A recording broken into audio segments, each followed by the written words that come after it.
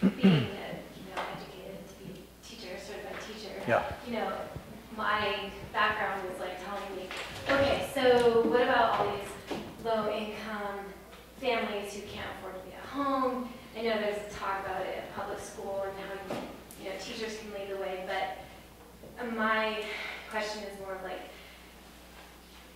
it's hard to think of the reality of like how do you reach those kids and why is it parents who homeschool, it's amazing that they figure out a way that they can actually do it and how they can at home or home educate. Right. But what about all of these, like as a nation, you can't change the nation without the majority, and that's the majority, so how do you get and to answer that question, my educational experience started out as 3 years teaching high school in an environment where I would say probably 3/4 of my kids came from broken homes. And there's no homeschooling going on in those families. Right. But there's also no education going on in those kids, because if you, as a teacher, you'll know that the #1 problem you have in public ed is not the students, it's not the administration, it's the parents. And so my point is, right. And as a teacher, you just pull your hair out. I don't know what the solutions are for that. All I know is if all the families where we can have an impact this way improve, it'll rub off over here. But I don't know what you do with that, because public education is not the solution either. I mean, I had girls that would come into my home, my classroom, who had been molested the night before, or who had watched their mother's boyfriend put her in the hospital, and they have to take a test.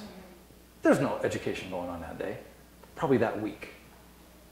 And so I don't know what the solution is, but it's not public education.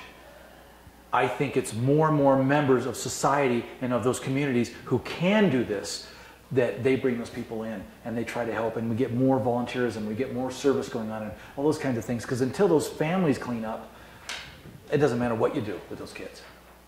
Because the home life has to support what you're doing in the classroom. You know that. And when it isn't, it's a losing battle, is what it is. It's not even holding water.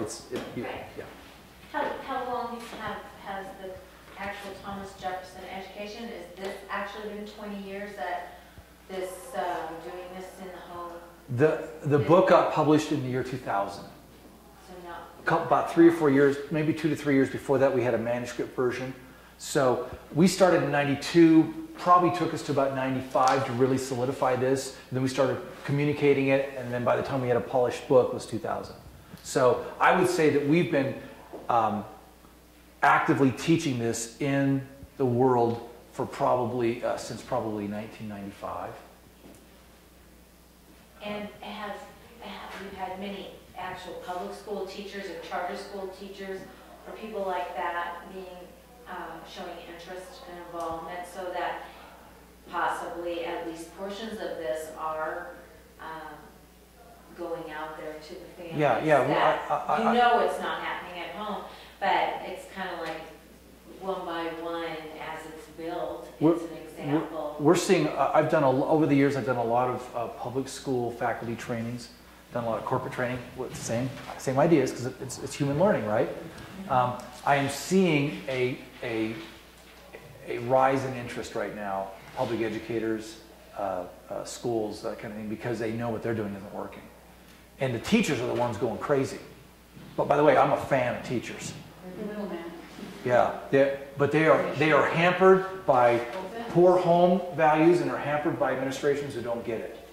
And so they're the soldiers on the front lines who are getting the snot. But their problem is they're getting shot from behind and in front. Okay. I mean, it seems to me that this could be